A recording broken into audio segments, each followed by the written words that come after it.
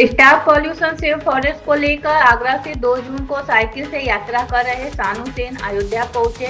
उन्होंने कहा, हमारी यात्रा पूरे भारत भ्रमण कर लोगों को staff pollution save forest mission की यात्रा है, जो 2028 में पूरी होने की उम्मीद है। हम सभी को यही संदेश देना चाहते हैं कि लोग छोटी छोटी दूरी के लिए वाहनों का प्रयोग न करें। खासकर युवाओं के लिए यह संदेश है। युवा वर्ग छोटी छोटी दूरी के लिए वाहनों का प्रयोग करते हैं, जिससे प्रदूषण फैलता है, वही दुर्घटनाओं का भी भय बना रहता है। अयोध्या से सोनू चौधरी की रिपोर्ट। मेरा उद्देश्य है स्टॉप पॉल्यूशन सेव अर्थ, यानी कि कम से कम दूरी के लिए दूरी के लिए वाहनों का प्रयोग ना करें, ज़्यादा से ज़्यादा पेड़ पौधे लगाएं जी। और आजकल के युवाओं को भी इस मिशन के तौर पर संदेश दे रहा हूं कि जो छोटी छोटी सी दूरी के लिए वाहन का प्रयोग करते हैं वो ना करें, जिससे हमारा आने वाला भविष्य बहुत सुरक्षित रहेगा और हमारे बड़े बुजुर्ग भी सुरक्षित रहेंगे। जो आजकल बच्चे अस्पताल में जो पैदा हो रहे हैं वो पहले दिन ही अस्पताल से घर नहीं आ पा रहे। इसका रीज़न ये है कि स्वस्थ ऑक्सीजन ना मिलने के कारण बच्चों को तरह तरह की बीमारियां बन रही हैं पहले दिन में ही। तो अगर ये कम से कम बाइक और डीजल पेट्रोल वाले वाहनों का कम प्रयोग करेंगे तो हमें लगता है कि ये प्रॉब्लम का सामना नहीं करना पड़ेगा। ये जैसे जैसे धीरे धीरे चलते गए वैसे वैसे दिमाग का भी स्टोरेज खुलते गया और समझ आते गया कि क्या क्या हमें करना है, क्या क्या नहीं करना है। प्लास्टिक वाले को लेकर हम नहीं चल रहे हैं, क्योंकि प्लास्टिक के बारे में इतनी जानकारी नहीं है हमें।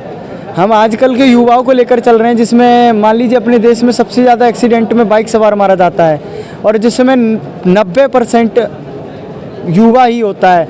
और वो युवा होता है जो आजकल की मतलब कुछ लड़कियों को दिखाने के लिए और आजकल शो ऑफ के लिए दिखाने के लिए वो तेज़ स्पीड में गाड़ी चलाने के कारण वो अपनी छोटी सी उम्र में ही ज़िंदगी को अलविदा कह देता है। और कम हेलमेट लगाना तो उनके लिए पाप है, सीट बेल्ट का मतलब वो जानते नहीं हैं।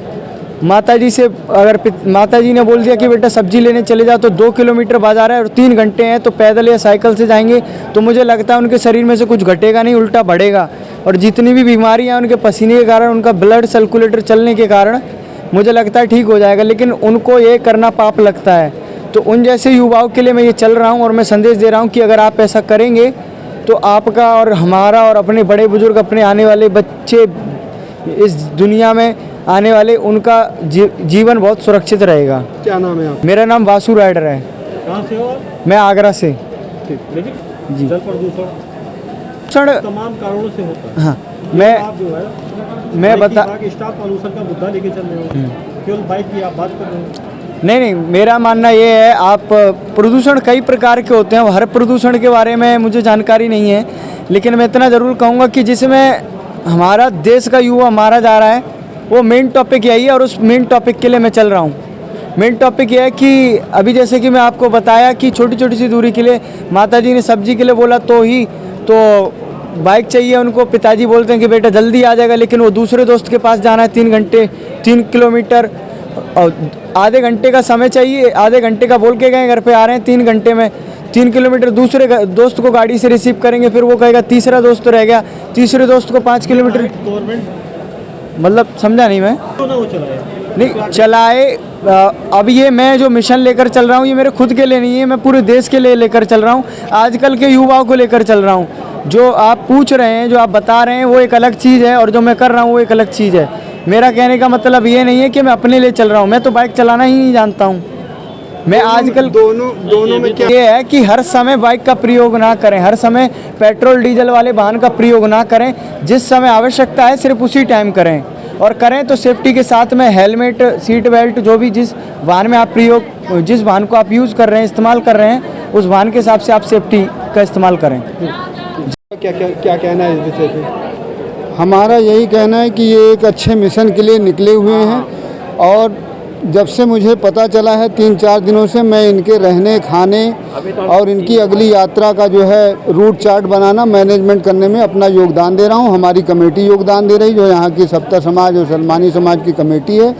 हम इनके सारी चीज़ों की व्यवस्था कर रहे हैं और लगभग 5-6 दिनों तक इनकी जो है रूट मैपिंग और इनका रहने खाने का इंतज़ाम और इनका अगली यात्रा का इंतज़ाम, ये मेरा कर्तव्य है। एक समाज और एक संस्था चलाने के नाते वो मैं कर रहा हूँ, ताकि इनको किसी प्रकार की कोई समस्या न हो और इनको अधिकारियों और सभी उच्च अधिकारियों से मिलाने का भी मेरा काम यही है। धन्यवाद। यात्रा में क्या अकेले हैं और कोई साथ? नहीं, ये अकेले हैं, बट इनके साथ में हम जैसे लोग जो है समर्थित लोग लगे हुए हैं और इनकी टीम जो है लगभग अब 400 आदमी की टीम बन चुकी है, जो ये अपने अगले पड़ाव पे पहुंचते ही लोगों से संपर्क करते हैं।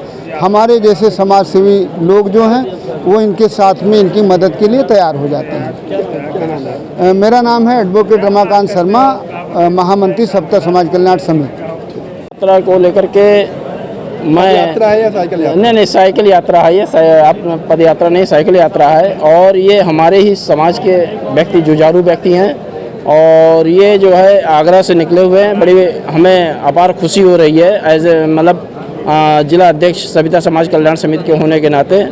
और मैंने इनका इस कचहरी प्रांगण में स्वागत किया, ये आए, मुलाकात हुई।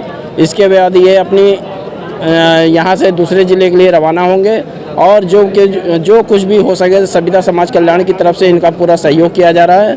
और भी हमारे ही नहीं, और भी जो दूसरे वर्ग के लोग हैं वो भी इनकी मदद कर रहे हैं। और इससे एक लोगों नवयुवकों को संदेश जा रहा है कि हाँ, वास्तव में अपने अगर फिजिकल को ठीक रखना है तो हमको साइकिल चलाना है अपना, और उससे पर्यावरण भी जो है शुद्ध रहेगा। ये इसी के साथ मैं अपनी बात को यहीं विराम देता हूँ।